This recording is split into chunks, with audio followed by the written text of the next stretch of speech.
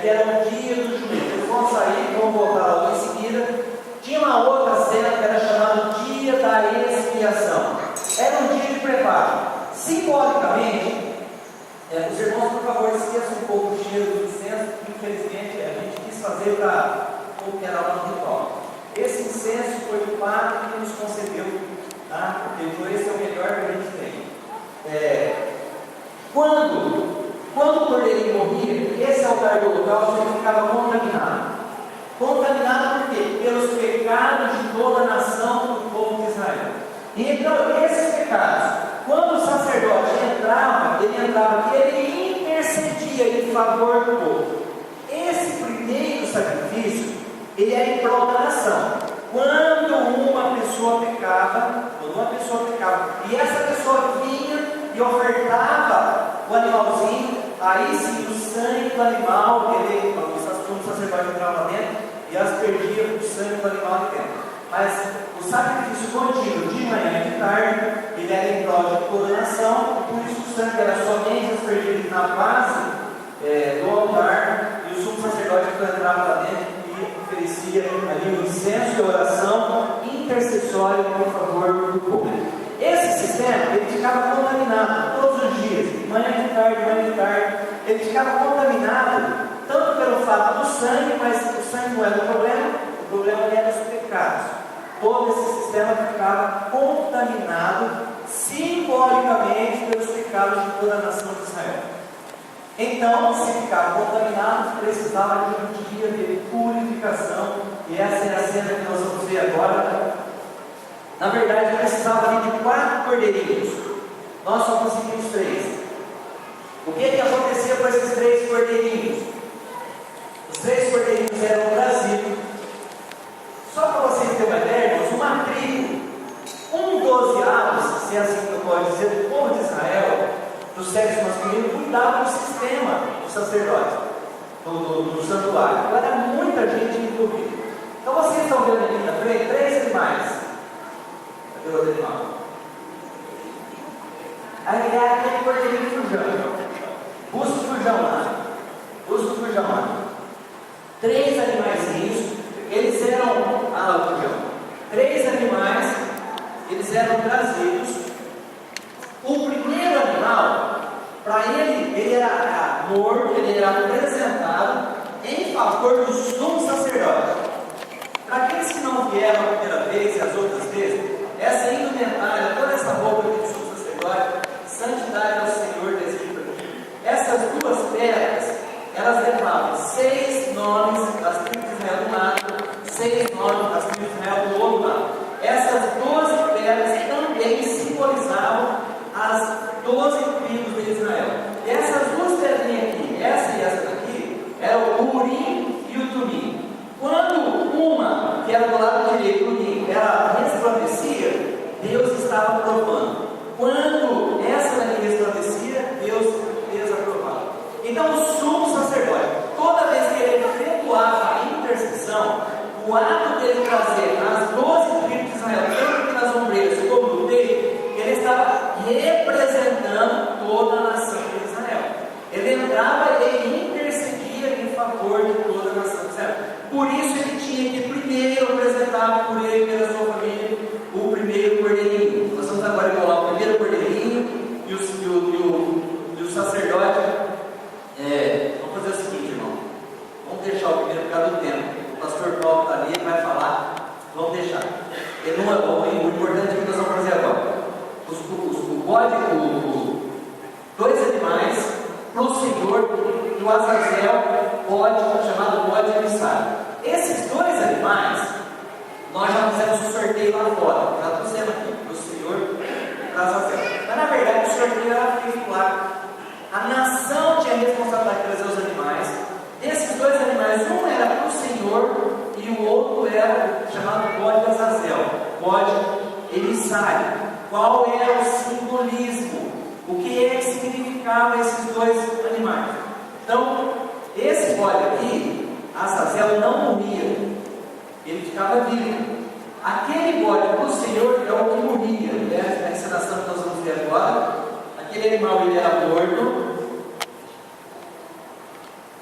era pego sangue do animal, ele era colocado lá para queimar. O sumo sacerdote pegava o sangue do animal e entrava no Santo do Santo, que era no segundo compartimento, e ele aspergia o sangue lá na arca do concerto, na arca da aliança. Depois nós vamos ver aquela arca. Ele aspergia ali, simbolizando a expiação. Esse animal era para expiar o pecado de toda a nação de Israel. Em seguida, ele voltava, agora ele pegava o incensário e ele entrava lá dentro e ele incensava todo o sistema. Ele incensava a arca da aliança. Depois que ele incensava, ele sai de fora. Processo de incenso. Depois ele sai aqui no primeiro compartimento, ele vai incensar o castiçal. Incensa também o altar do incenso, a mesa dos pães da preposição. E aí, então, agora ele fazia uma oração de intercessão. E aí em seguida ele saía, e agora ele punha a mão na cabeça do bode de Azazel. O que é que significava isso, irmãos?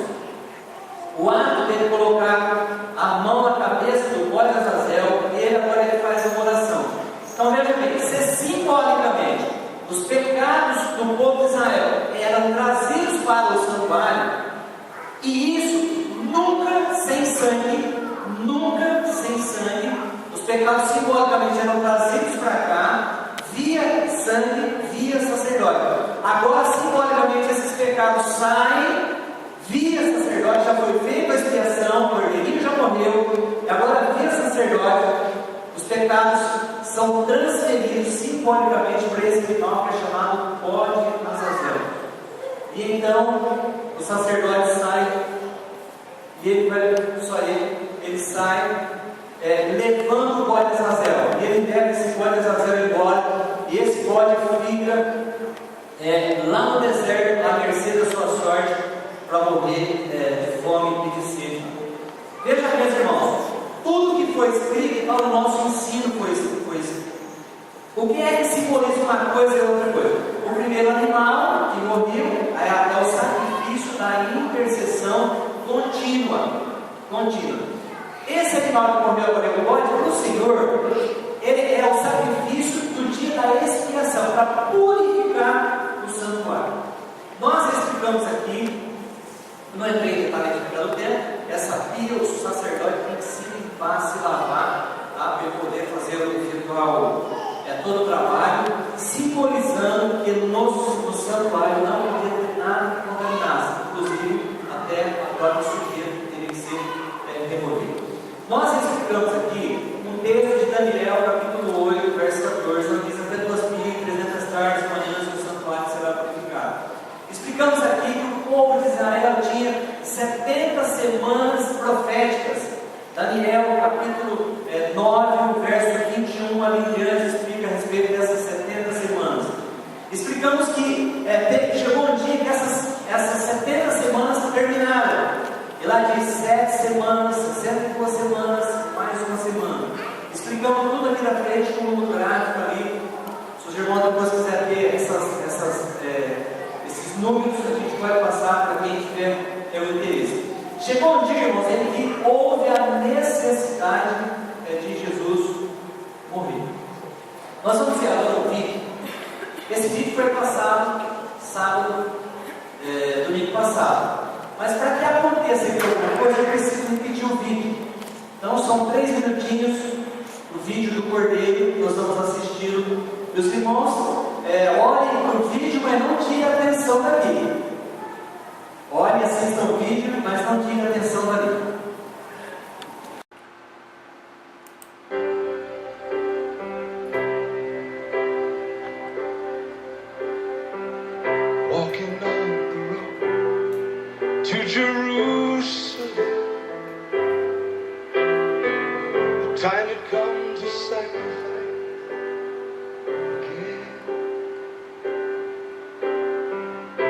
Two small sons They walk beside me down the road. The reason that they came was to watch the lamb. And they said, Daddy, Daddy, oh, what will we see there? There's so much that we don't understand. And so I told them of Moses and Father Abraham. And I said, dear children, watch the land. There will be so many in Jerusalem today. And we must be sure this little land doesn't run away. And I told them of Moses and Father Abraham. And I said, dear children, watch the land. When we reached the city, I knew something must be wrong. There were no joyful worshipers there, no joyful worship song. And I stood there with my children in the midst of angry men. Then I heard a crowd cry out, let's crucify him.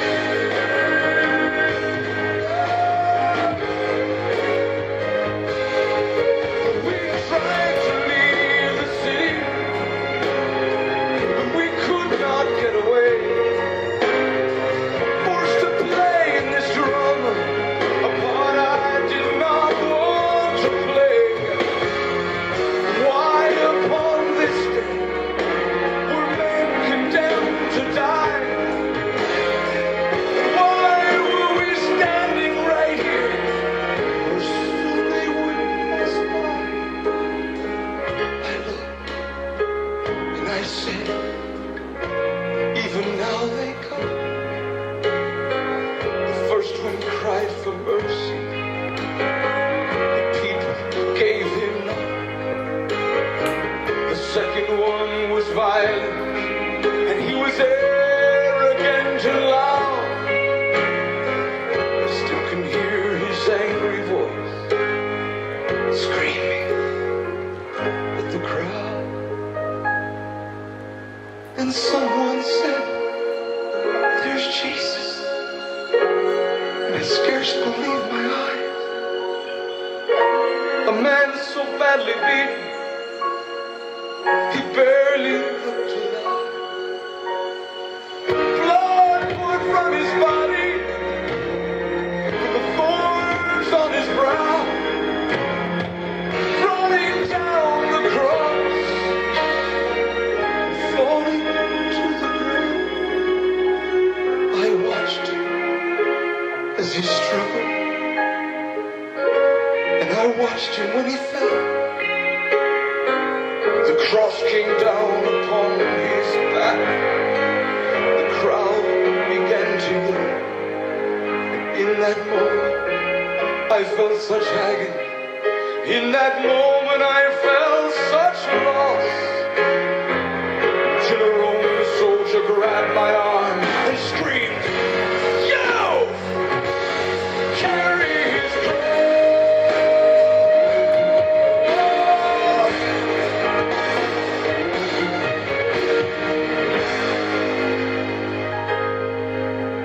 At first, I tried to resist him, but his hand reached for his sword. And so I knelt and I took the cross from the Lord. I put it on my shoulder. We started down the street, and the blood that he'd been shedding was running down my cheek. They led us to Golgotha. They drove nails his feet. On the cross I heard him pray, Father, forgive them. Never have I seen such love in any other eye. Into thy hands I commit my spirit, he prayed, and then he died. I stood for what seemed like years, lost all sense of time. Then I felt these little hands holding on to mine. My children stood there weeping, and I heard the oldest say, Father, please forgive us. The lamb ran away.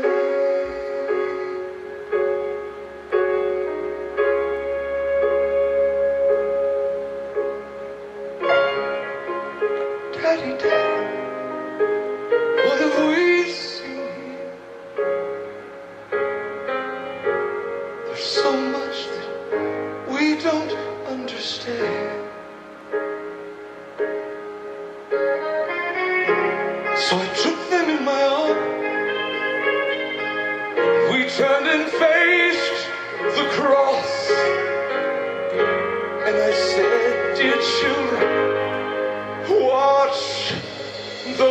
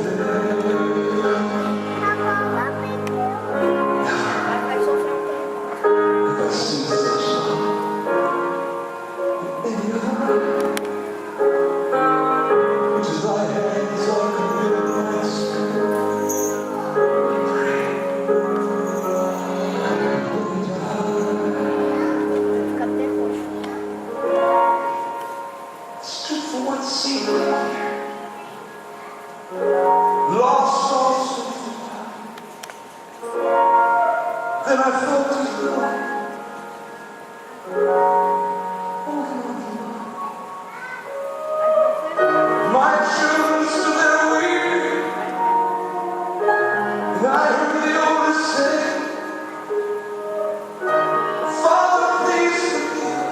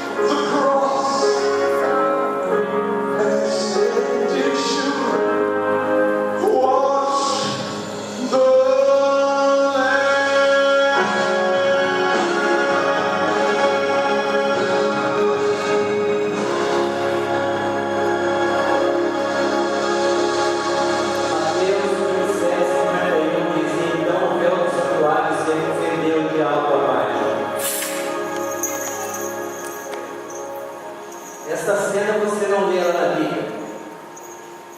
Você vê que o véu se fendeu, mas essa do sacerdote você não vê. Mas se você ler o texto, você vai ver que ao meio-dia, a hora sexta, houve trevas toda a terra. A natureza se recusa a assistir a cena. Então, Jesus morreu na hora nona, 3 horas da tarde. Era o horário do sacrifício da tarde. Então, teoricamente, na prática, o sacerdote estaria ali oferecendo o incenso. A Bíblia não diz, mas eu imagino que o sacerdote deveria estar tremendo. Ele já foi fazer o sacrifício tremendo, porque estava escuro. Era um dia atípico, não era um dia normal. O sacerdote deveria estar ali já com algum problema, com alguma dificuldade. Então, a hora que o véu se fende de alto a baixo, imagino eu que ele se assusta e sai correndo por a cena que foi reproduzida. Qual foi a lei que foi gravada na cruz do Calvário? Em Efésios capítulo 2, verso 15. A lei que consistia em ordenanças. Nós lemos em Apocalipse 11, 19, lá no céu tem um santuário, e que ali foi vista a arca da aliança, ou a arca do concerto. E eu prometi aos irmãos e os amigos que a gente iria abrir a arca para ver o que é que tinha lá dentro. Nós já fizemos isso domingo passado, nós vamos fazê-lo novamente. E então o sacerdote Daniel, que foi o artista que produziu essas pedras, se aqui na terra tinha santuário, se aqui na terra tinha uma arca, se a caixa da arca em si não tinha valor, mas o conteúdo que tinha dentro, que era a lei de Deus, os 10 mandamentos, se lá no céu tem santuário, se lá no céu tem arca, eu não posso pensar diferente que lá no céu também não tenha os 10 mandamentos. E nós estudamos aqui que o julgamento, o juízo divino, ele é feito baseado na lei de Deus, na lei moral de Deus. Jesus hoje é o nosso intercessor. Qualquer pessoa, explicamos aqui que qualquer pessoa pode ser o maior bandido da terra, não importa. Se ele for arrependido, Jesus perdoa.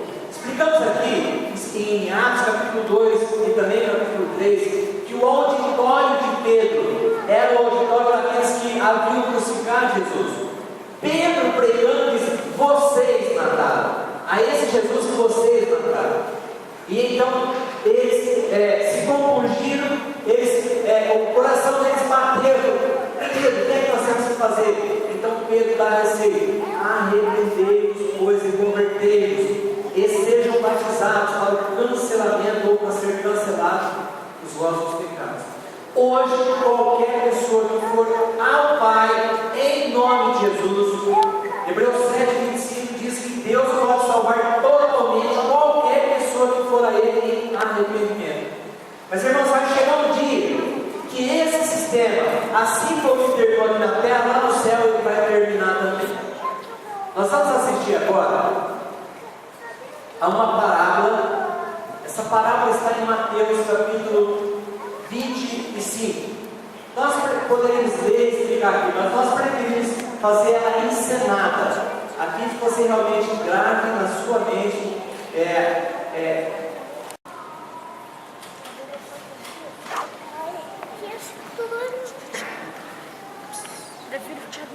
Então o reino do céu será semelhante a 10 virgens que, tomando as suas lâmpadas, saíram ao encontro do noivo.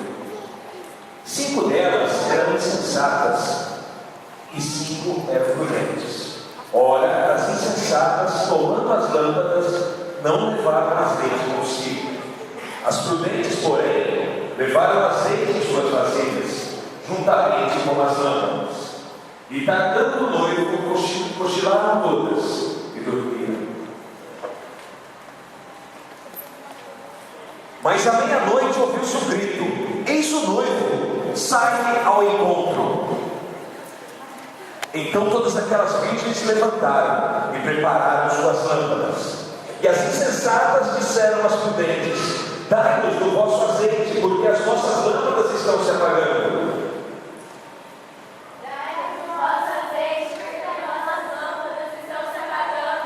Mas as prudentes responderam: pois de certo não chegaria para nós e para vós. Ide antes ao que vendem e comprai-o para vós.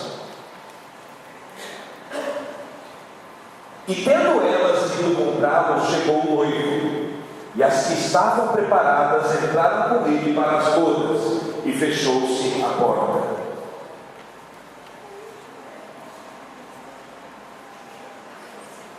Depois vieram também as outras virgens e disseram: Senhor, Senhor, abre-nos a porta. Senhor, abre-nos a porta. Ele, porém, respondeu: Em verdade vos digo, não vos conheço. Vigiai, pois, porque não sabeis nem o dia e nem a hora.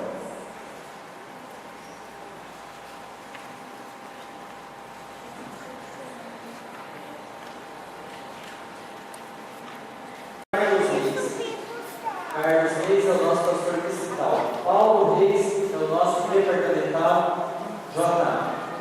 Ele está começando hoje, ou estará começando hoje, uma semana de oração jovem. E eu pedi a ele, em nome do nosso pastor, o pastor Carlos, que conversou comigo, e ele bondosamente nos atendeu em estar aqui de forma especial. Na verdade, ele cedeu para nós essa primeira parte, para ele poder fazer agora então a segunda parte. A parábola das 10 virgens, conforme diz o noivo, não os conheço. Ele vai ler aqui, irmãos, alguns textos, pelo menos dois, que serão os textos mais dramáticos de toda a história do homem aqui na Terra. Passo ele a palavra e apenas quero explicar para vocês. Eu pedi para vocês no domingo passado, hoje um tempinho a mais. Se lembra? Em troca nós vamos dar chocolate quente com bolo no final. Tá? Então no final ninguém sai para ir embora. Tá?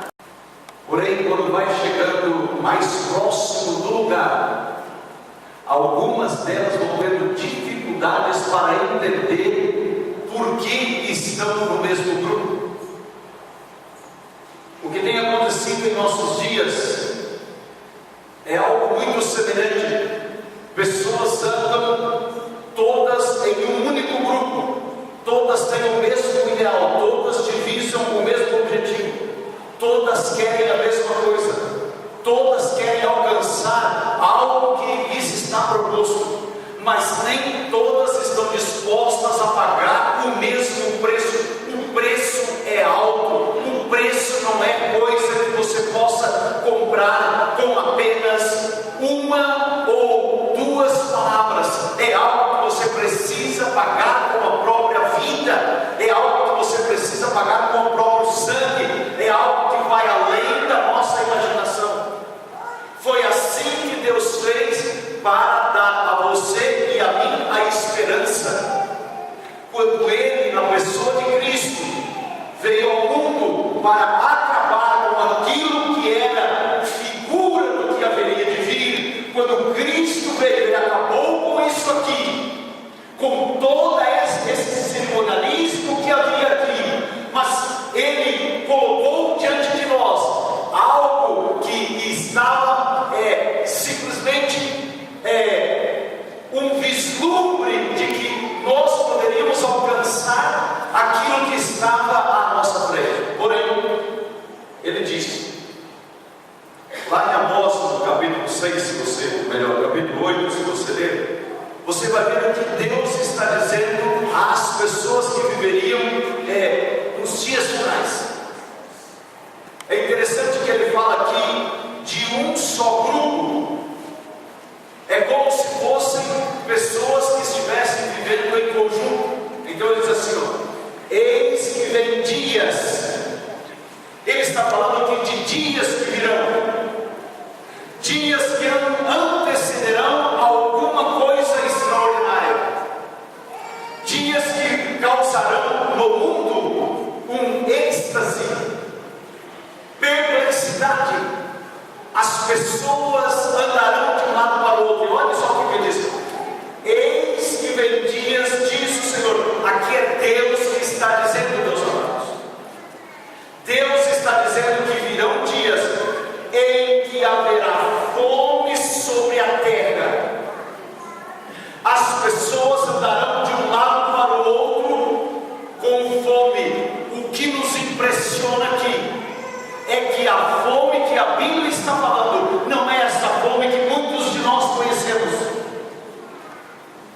E quando olhamos para alguns países do terceiro mundo, nós podemos perceber o que é a fome.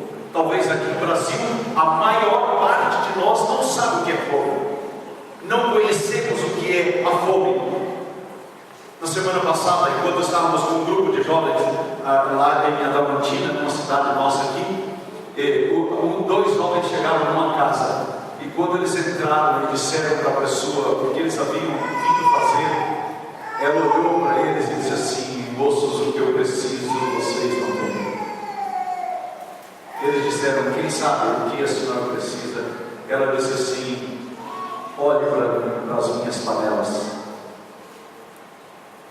eu não tenho nada que comer. Vocês não têm o que eu preciso. Isso é fome física.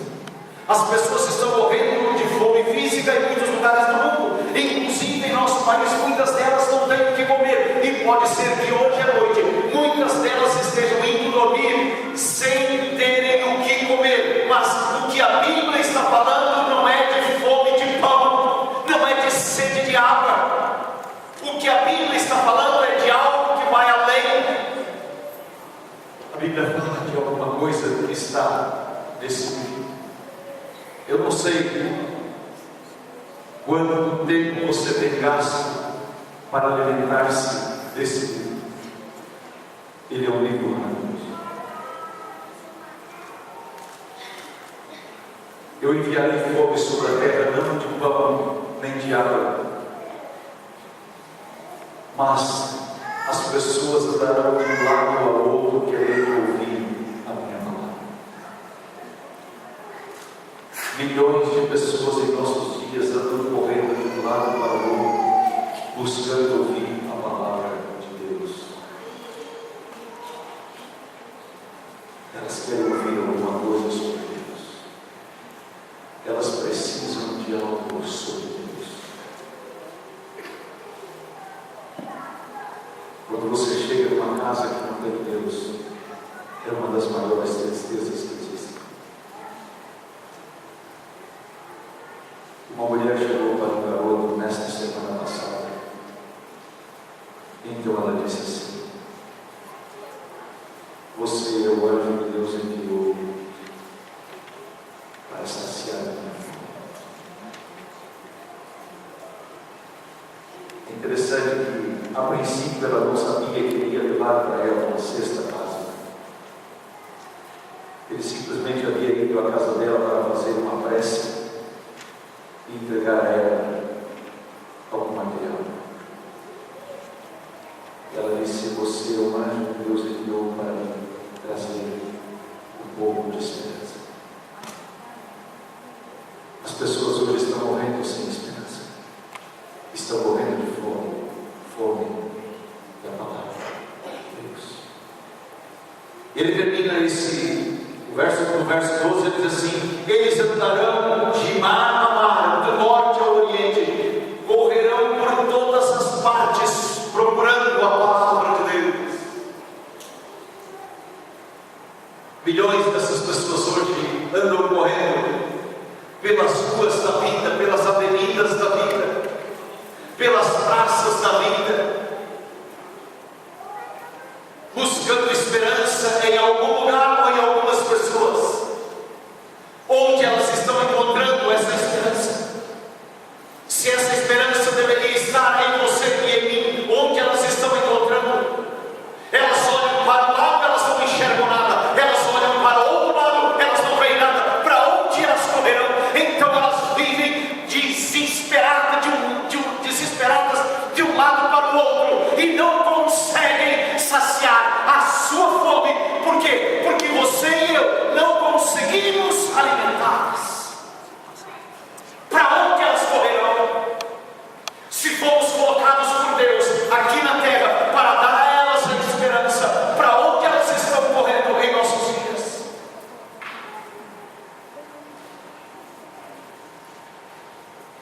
Essas pessoas andarão de mar a mar, elas andarão desesperadas, elas não saberão nada sobre o dia do amanhã, elas não sabem nada sobre o hoje, elas não sabem distinguir entre a direita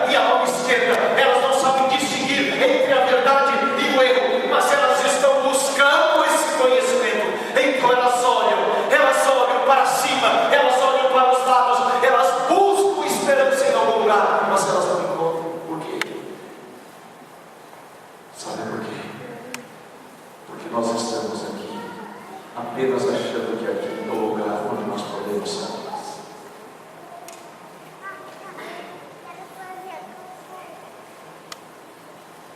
Aqui é apenas um pequeno lugar. Esse não é o maior lugar. O maior lugar está fora dessas quatro paredes, onde existem pessoas hoje que estão morrendo de fome. Morrendo de fome.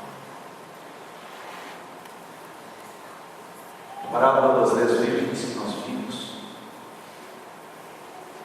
ela fala de um grupo de pessoas que pareciam ser iguais.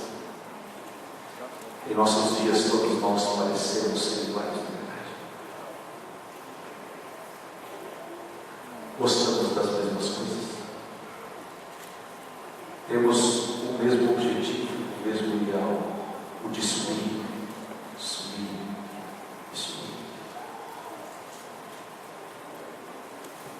Mas a grande maioria talvez não estejamos dispostos a pagar o preço para subir. A Bíblia diz que as pessoas andarão como loucos, desvaiados, por todos os lugares, por todos os cantos e recantos da terra, buscando ouvir alguma coisa de esperança, algo que estraga algum significado de vida, e não encontrará. Você lê no finalzinho do verso 12, diz assim: e não achará. E não achará. Para muitas pessoas, quando chegar esse dia, não haverá mais chance. Porque talvez a esperança deles estivesse baseada em coisas, não em uma pessoa. Eu gostaria que hoje à noite você, ao sair por aquela porta, você saísse daqui como um homem, uma mulher, um moço, uma moça de esperança. Existe esperança não só para mim e para você, mas existe esperança para o mundo que está aqui. E você só sabe, só entende como está o mundo quando você se mistura com o mundo. E Jesus soube disso, porque Ele veio e viveu no meio do mundo. Ele comeu aquilo que o mundo comia. Ele bebeu aquilo que o mundo bebia. E Jesus sentiu aquilo que o mundo sentia. Quando nós percebemos isso, então nós vamos começar a fazer a grande diferença. E as pessoas, quando vierem a nós morrendo de fome, elas encontrarão o verdadeiro pão que vai sair de nossa boca, que vai sair de nossa vida, porque estamos saciados pela presença de Cristo. Não vá para casa hoje à noite, Senhor. Não corra esse risco. Eu não sei quem é você, eu não conheço você, talvez a grande maioria de vocês eu nunca tenha visto, ou uma boa parte pelo menos. Mas eu sei de alguém que conhece você, e tudo aquilo que você é, e tudo que você tem. E Ele sabe qual é o seu maior anseio, o seu maior anelo e o seu grande desejo. E hoje à noite Ele estaria ao seu lado dizendo: filho, não precisa sentir fome. Não precisa sentir sede. Eu estou aqui para dessedentar a sua sede e para alimentar a sua vida com verdadeiro pão.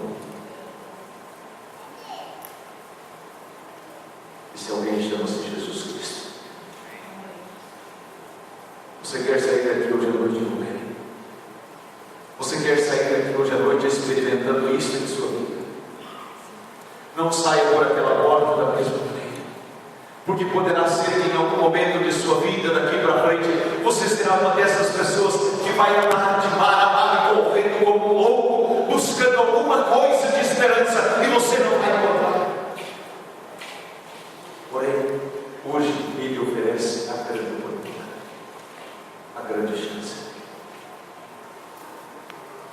quando Ele oferece a você a oportunidade de você encher a sua lâmpada com o seu azeite, que é a presença do Espírito Santo na sua vida, o que você tem feito com essa lâmpada?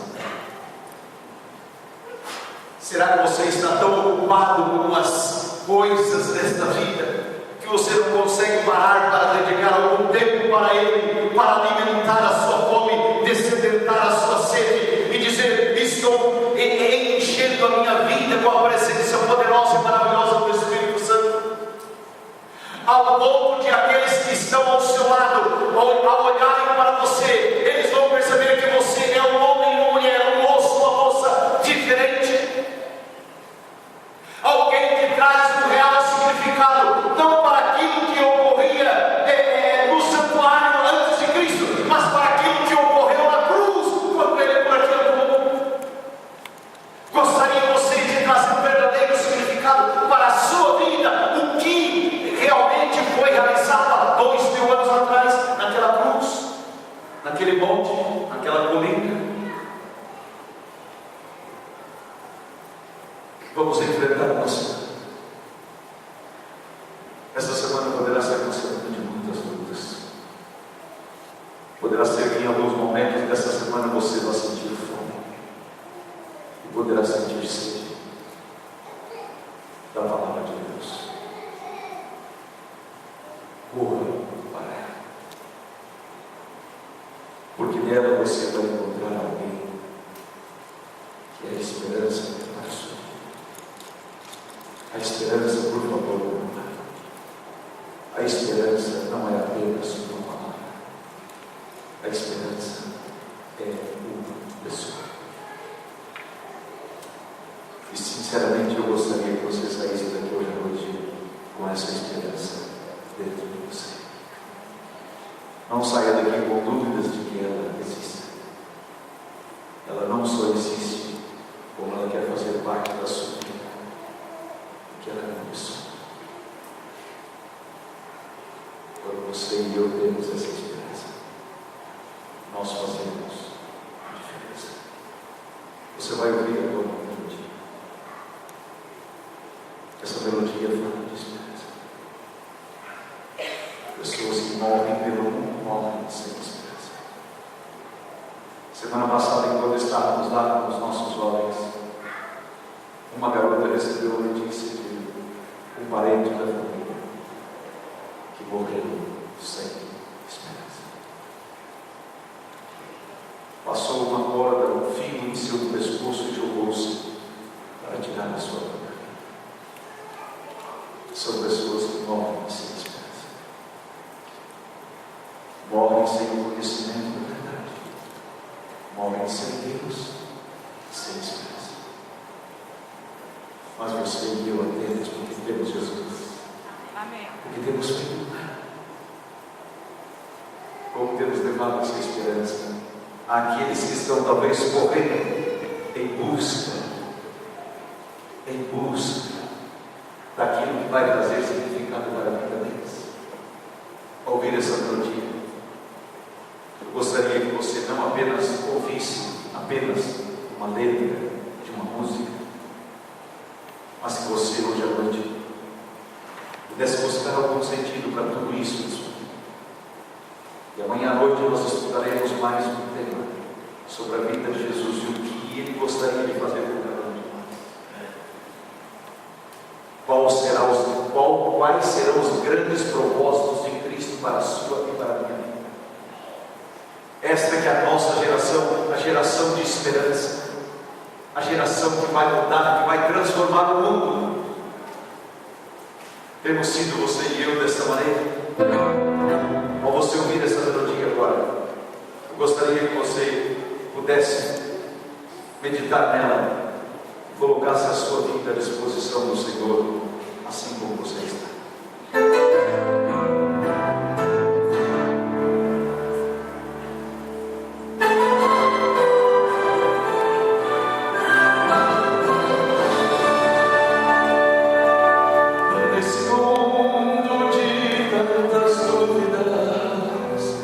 Onde o mal está em todo lugar,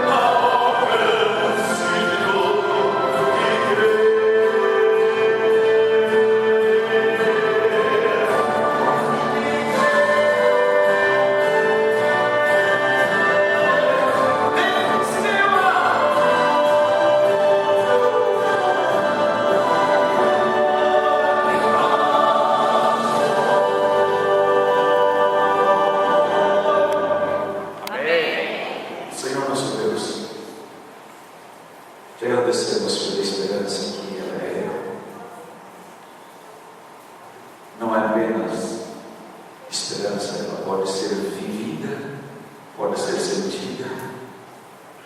E nós podemos amar essa esperança, nós podemos viver com ela, e nós podemos transmiti-la a pessoas que ainda não conhecem. Essa esperança é a maravilhosa e extraordinária pessoa de nosso Senhor e Salvador Jesus Cristo. Sabe, Pai? Ele já veio aqui, já viveu entre nós. Ele já fez tudo o que tinha que fazer. Ele já realizou tudo o que podia realizar para nos dar a esperança da vida eterna. Por isso, nesta noite nós temos vindo para esse lugar. Nós queremos depositar tudo o que temos e somos diante de Ti. E queremos suplicar a Tua graça para que o Senhor não mate as nossas imperfeições. Por favor, Pai, tome conta de nós. Não somos merecedores de uma graça tão infinita. O Senhor fez tanto por nós. Talvez uma boa parte de nós que estamos aqui hoje à noite ainda não tenhamos feito nada por Ti. Talvez, ó Deus, estejamos apenas vindo a esse lugar como um grupo que está vivendo a mesma esperança, mas não consegue viver a realidade da esperança. Temos os mesmos objetivos, os mesmos ideais, mas não estamos dispostos a pagar o mesmo preço. O preço é algo, Senhor. Poderá ser que para alguns de nós o preço seja a própria vida. Por isso, hoje à noite, ao falarmos contigo, nós queremos te dizer: tome conta de nós, Deus. Não nos deixes esvaziados de Ti. Que o Senhor possa tomar conta de nossa vida. Que o Senhor possa fazer de nós verdadeiros instrumentos, Deus, numa terra cheia de calamidades, numa terra que está vivendo em escuridão. Por favor, Deus, tome conta desses Teus filhos que aqui vieram nesta noite. Que amanhã à noite tenhamos mais um novo encontro, mas que amanhã também, Senhor, nós possamos trazer pessoas para ouvirem sobre Ti. Pessoas que nós sabemos que estão vivendo sem esperança. Pessoas que precisam ser reanimadas em Ti. Pessoas que precisam voltar a reviver o Evangelho. Não importa, Deus, onde elas estejam. Não importa, Deus, o que elas estejam fazendo. Elas precisam de Ti. E amanhã, Pai, queremos ter mais um encontro com o Senhor. E por isso nós nos colocamos diante de Ti nesta hora e dizemos: por favor, Deus, não nos abandone. Revista-nos com a Tua graça, e que a verdadeira esperança, que é Cristo Jesus, possa fazer parte da nossa vida. Se conosco, e possamos ter uma noite feliz de repouso, e amanhã um dia feliz de trabalho. É o que nós pedimos e agradecemos por Cristo Jesus. Amém. Foi um prazer, foi um privilégio muito grande ter estado com vocês. Amanhã nós teremos mais um encontro. Amanhã vamos mais uma vez ouvir o recado de Deus para cada um de nós. Não deixe talvez de trazer alguém para ouvir sobre o teu Deus. Alguém que você sabe que precisa. E se alguém pode ser alguém que esteja vivendo bem próximo de você. Que Deus realmente possa abençoar. A luz da porta para podermos pedir de todos vocês.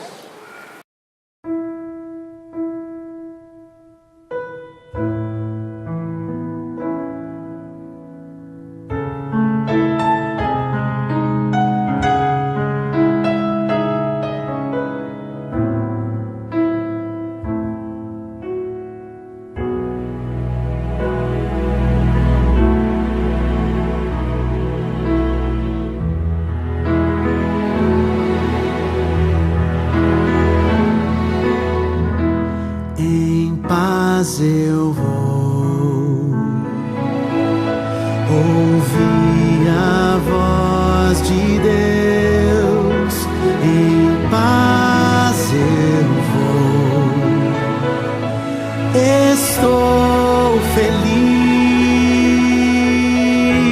achei abrigo em sua casa.